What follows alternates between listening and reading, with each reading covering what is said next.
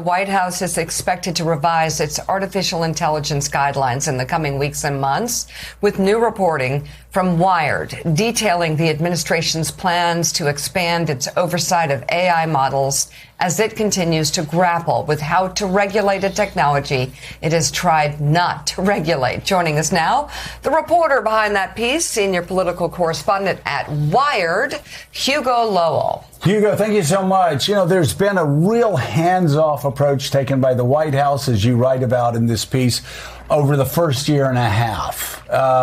And they talk to leaders in the industry who will say any attempts to keep AI in a box only helps China, who doesn't have the same concerns and have unregulated development. What's pushed the White House to this point where they felt the need to go against what some of their biggest contributors and biggest supporters have been urging them to do? Yeah, we're right into getting into regulating AI now because the technology has just developed so quickly.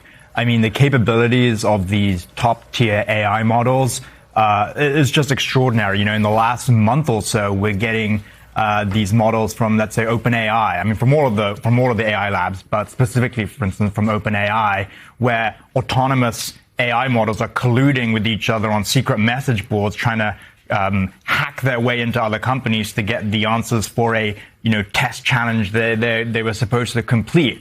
And at the baseline of all of this is basically that these models are now so powerful that they have the capabilities to hack the Pentagon, or one doomsday scenario that the Treasury Department is concerned with is if some models start closing out open trades like at Goldman Sachs and other investment banks and private equity funds. And the capabilities of these models are just so powerful that it's basically forced the White House to come up with a framework, an oversight framework, to try and regulate how these models interact with our day-to-day lives. Most people would take this as good news that the White House has woken up to this. What's been the tension, though, the pushback from the AI companies themselves? As Joe said, these have become some of the biggest donors, VC firms in Silicon Valley. There's a reason they gave all that money to the Trump campaign. There's a reason they were at the inauguration, all of that.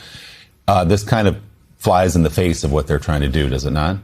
So the regulation right now, I'm hesitant to call it regulation because it's not overt regulation. What the White House has developed is an oversight framework or guidelines. Basically, it requires AI labs that develop these really powerful models, basically OpenAI and Anthropic, to submit their models for review to the federal government.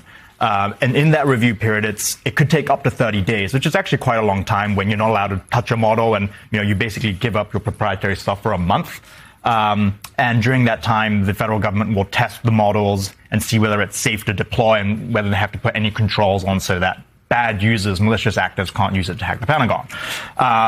There are a lot of industry leaders who think that is too onerous and will stifle development, especially in the face of Chinese AI, which don't have these same restrictions because they're trying to catch up to the US capabilities. The one thing that's notable right now, and what we are reporting today, is in the 2 weeks since the White House released this framework, they are now expanding it to cover different types of models because the technology is catching up so quick. Currently, the framework covers what we call closed models. Those are models developed by Anthropic and OpenAI that are proprietary and are run on Anthropic and OpenAI systems. Very, very soon, this framework is going to cover what we call open models, which are more dangerous or more kind of potent in a way because they can be downloaded and run by anyone on their laptop. And as soon as open models reach the same capabilities, what we call frontier capabilities, as the closed models, that's when the White House is going to pull them and dragnet them into the guidelines. So here's my question. As somebody who watched how bad the government was keeping up with technology, I mean, Congress is just lame. And part of that is the really brightest folks in this area don't go to work for the government. They go to work for these big companies. Right. So the lack of talent in government really holds back the ability of government to do good oversight. Who is actually driving this in the White House? Behind the curtain are the same companies that are going to be regulated. Are they providing the talent that is making these models to test these open AI systems or closed AI systems? I think it's a bit of a mixture. We did a story a couple of weeks ago on the key players involved in some of this. I mean, really, AI policy is being set by a handful of people. Trump, because he takes an interest in anything that will touch industry. Susie Wiles, who is basically acting as kind of the gatekeeper at the White House on policy. The Treasury Secretary, because there's implications at financial markets. The Commerce Department, because Commerce Department holds Casey, the Center for AI Standards and Safety, and BIS, the Bureau of Industry and Security, which controls export controls. And so really you have 5, 6 people, in terms of principals who are involved in this policy, and then you have some career staff. But you make this good point that a lot of the talent is on the industry side. Yeah, the expertise, guarantee is not there. Well, yeah, I mean, they've got, the expertise is not in government. People serving in government right now, the expertise actually comes from the community. So that's the balancing act. Let me ask you, Hugo, really quickly. What is the White House doing? What is the federal government doing, if anything, to put in place already, to start working with the community, the tech community, to put in place defensive systems to protect the Pentagon, to protect our weapon systems from being hacked, our banking systems, our financial systems, our educational systems, everything. What are we doing to put in defensive measures right now to protect from Chinese hacking, or even hacking from other malevolent forces not from China? I mean, look, the 30-day review period that is described in the framework, which, by the way, I should note was developed by the National Cyber Director, Sean Cancross, and his team at the White House. So they're another entity involved in setting the policy, and he is effectively running point on this.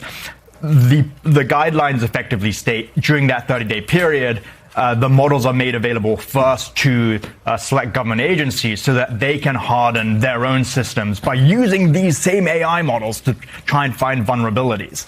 But the problem with AI is that the capabilities keep increasing. So even if you harden your current system with the latest model, in 2 weeks' time, whether it's China or there's another US company that develops a more powerful or a new model, those models can, in theory, find even more vulnerabilities that the previous model didn't find. And so it is a bit of a race to catch up. And I think part of what makes the technology so potent, and part of why the administration is so concerned about how powerful these capabilities are, is because you're always going to be playing catch up. You're always going to be responding to the latest development in the technology, which is why you're also seeing the White House now, race to bolt on additional measures to the framework it just released 2 weeks ago. A really important piece about the issue of our time. It's available to read online now. Senior political correspondent at Wired, Hugo Lowell. Hugo, thanks so much. Good to see you.